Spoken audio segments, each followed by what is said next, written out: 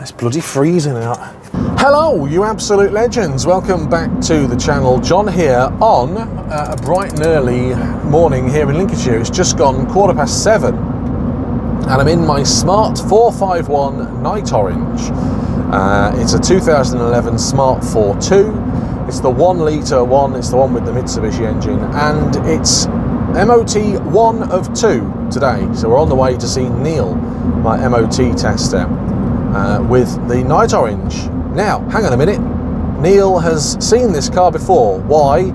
Because, well, he sold it to me. I bought it 8 months ago on my birthday for £1,600 from Neil.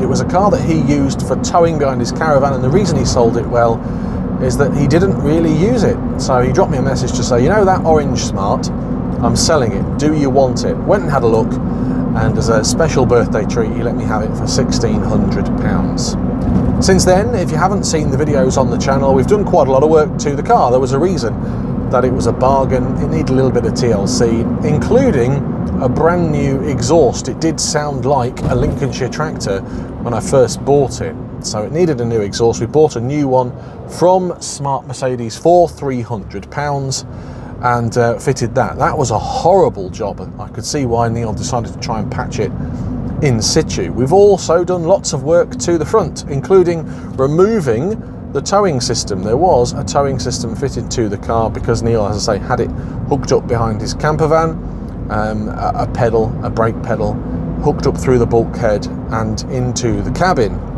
We removed all that. Then we fitted all new brake discs and pads to the front and repaired all the calipers and gave them a good old clean. And then at the back we did some rust proofing, rust treatment, and lots of other bits and pieces.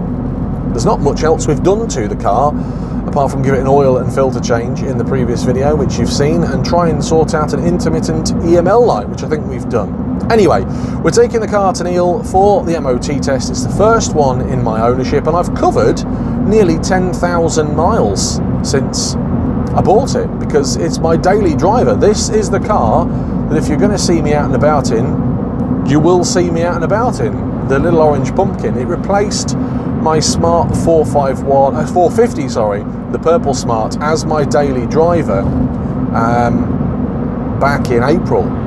One of the reasons is, well, this has aircon, and although it hasn't got as much character as the 450, it's a nicer car to drive. There is a little bit of cabin noise and it's still knocky and bangy, but it's designed more for motorway driving and long distance driving as opposed to the city driving of the 450, especially with the fact that it's got that 1 litre Mitsubishi engine which can do big miles, as we can show, as opposed to the 0.7 litre turbocharged Mercedes-Benz Smart one, which we've had to rebuild in the 450. Anyway, it's a beautiful day in Lincolnshire. We'll go to Neil's, we'll put the car on the ramp, I'll show you the MOT test procedure, and hopefully by the end of the video we'll have a clean bill of health. The car made it then and is on the ramp, and the first thing Neil is doing is giving it a once over, making sure that a visual inspection is okay, seatbelts are alright, and that nothing is falling off before inserting this emissions probe into the brand new back box that we fitted. Good news, we didn't waste our time because the emissions test has come back as good as it can do, which is the first thing we needed to pass on the test. Up goes the car then, and it's time for Neil to check the car out underneath, make sure again that nothing is hanging off, make sure there's no oil leaks, which gives me a perfect opportunity to check out that back box that we fitted and also take a look at the rust proofing that we did on the rear of the car. One of my plans for spring summer this year is to fit some new suspension to the front of the car and rust treat all the front there as well. So that is something that is coming in 2025. Neil gives everything a look at, all the bushes and pins and all the ball joints under there, tyres, brakes. Make sure that nothing is dangerous or loose or hanging off before moving on to the rear of the car, which he's got jacked up now, as you can see. Lots of work gone on with this car, as you know, and as Neil knows as well. He's been following our progress. Next thing to do is to get the car checked over with the wipers, make sure that all the rubber is okay, make sure that the horn works, and then take it on to the next part, which is the rolling road and the light test. Neil sold me this car, so he knows the work that we've done on it and he knows the car very well. But it hasn't been in his possession for about 8 months, so he's got to make sure that everything is okay and legal and safe. We've got to test out the brakes. This is a very clever piece of kit. Not only is it testing the brakes, but it's testing the handbrake resistance as well, and the balance across all axles using this rolling road in the floor and a little remote control that Neil has. Time to check out all the lights, make sure that they're working, the indicators, make sure that the wipers and the wiper jets are working before checking out the balance of the lights and making sure they're not aimed too high. Next thing is fingers crossed for a pass and to hear from Neil. Hooray! Well, I'm driving home from the MOT test centre now with a smile on my face because it's another clean bill of health for the Night Orange. Neil did chastise me because, well, it's a bit more dirty than when he had it, and that is true. Like I said in the introduction, I drive this car every day, and it's been storm burnt the past week, so it hasn't been the nicest of drives to and from work. It's still a comfortable place to be. What's next for the Night Orange? Well, there's a little bit of work that Dad and I need to do, including fitting some self-adjusters on the rear. We've bought some self-adjusters for the brake drums, which were faulty. We've had to manually adjust them this week for the MOT test, but we knew that that was a problem when we refurbished the car back in April. So we've bit the bullet, we've paid the £30, and we're going to fit them this afternoon.